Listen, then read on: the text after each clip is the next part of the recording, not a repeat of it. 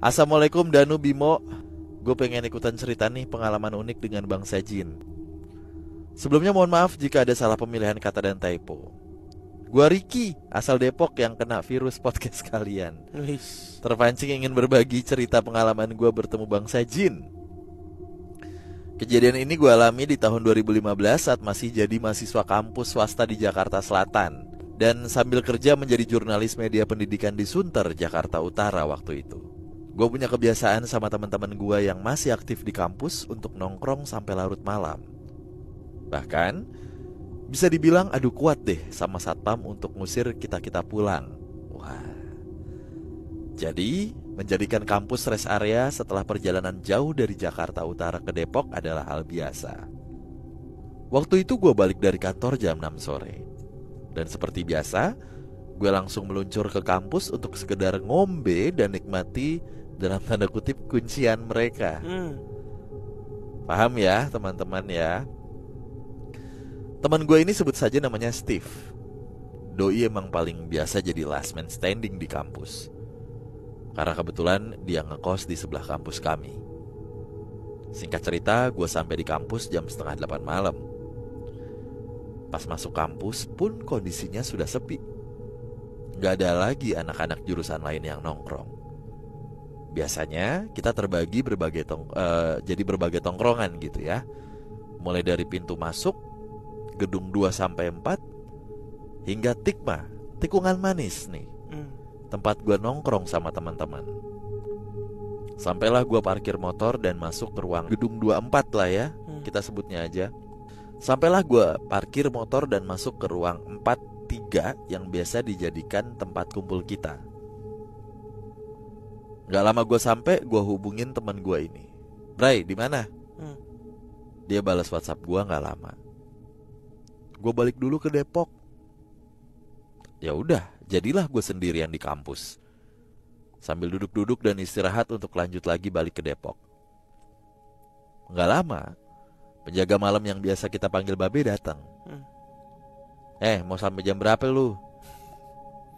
Gue jawab, gak lama Be. Ini sebatong doang nih, udah cabut gue. Gak terasa, gue nyantai. Udah jam 9:30 aja. Udahlah, gue siap-siap balik. Sampai di depan gerbang. Jadi kampus gue untuk teman-teman yang belum tahu nih cuman punya satu gerbang utama dan gak ada pintu lain ya. Ternyata udah dikunci. Ya udah, turun deh gue dari motor untuk samperin lokasi di mana Babe istirahat tidur. Motor gue taruh di pos satpam deket gerbang. Gue jalan untuk cari Babe. Ternyata dia gak ada. Gue turun ke bagian bawah kampus. Karena biasanya dia nyapu dan bersih kalau malam-malam. Gak ada juga nih Babe. Sampai akhirnya gue beraniin turun mes beasiswa dengan harapan ada Babe di sana.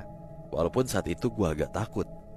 Karena ada pohon besar bernama Beringin dengan puluhan cerita seram sejak lama. Dan mes kosong banget, gak ada orang. Ya udahlah, gue balik lagi ke gerbang untuk nunggu di sana. Dengan harapan Babe akan muncul karena dengar suara gue manggil-manggil sedari tadi. FYI lagi, kampus gue ini gak besar dan gak terlalu kecil juga.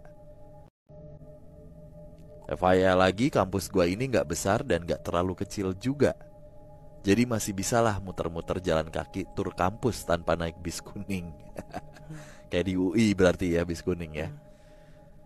Setelah sampai di pos depan gerbang, gue duduk sambil main HP nunggu Babe si pemegang kunci gerbang.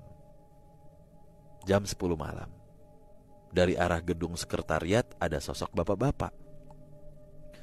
Dari posisi gue cuma melihat seperti siluet.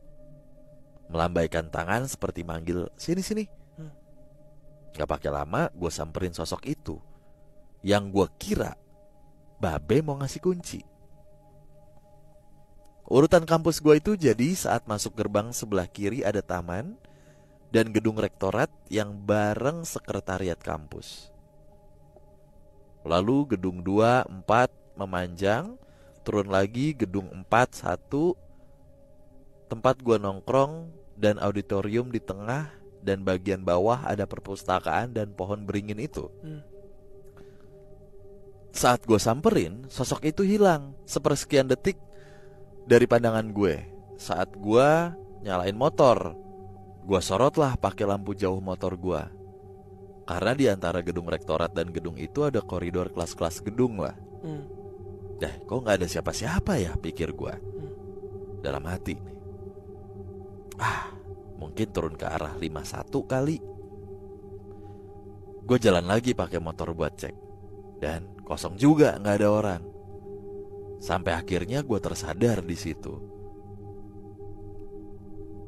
Belakang gue tuh ada pohon nangka yang banyak cerita misterinya. Dan nyadarin gue, masa iya itu orang kenceng amat jalannya? Kalau di koridor 24 yang panjang aja gak ada, di sini juga gak mungkin kan?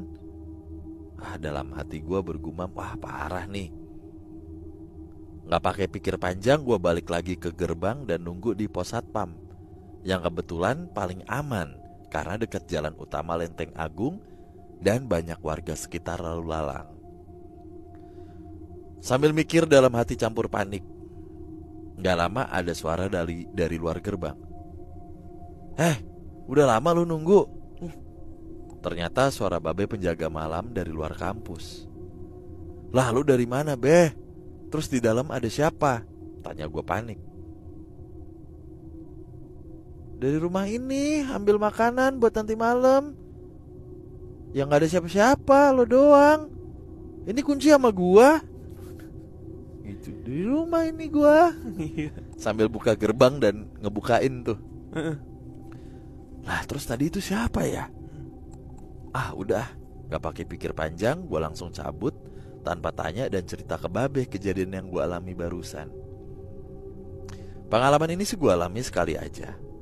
Di luar itu memang banyak kisah horor di kampus gue ini. Mulai dari anak kampus yang kemabukan dan tidur terus bangun-bangun pindah lokasi, ketemu makhluk besar hitam di bagian bawah kampus saat dia mau sholat maghrib di musola, sampai suara-suara aneh dan kampus mati nyala di ruang kelas kalau malam.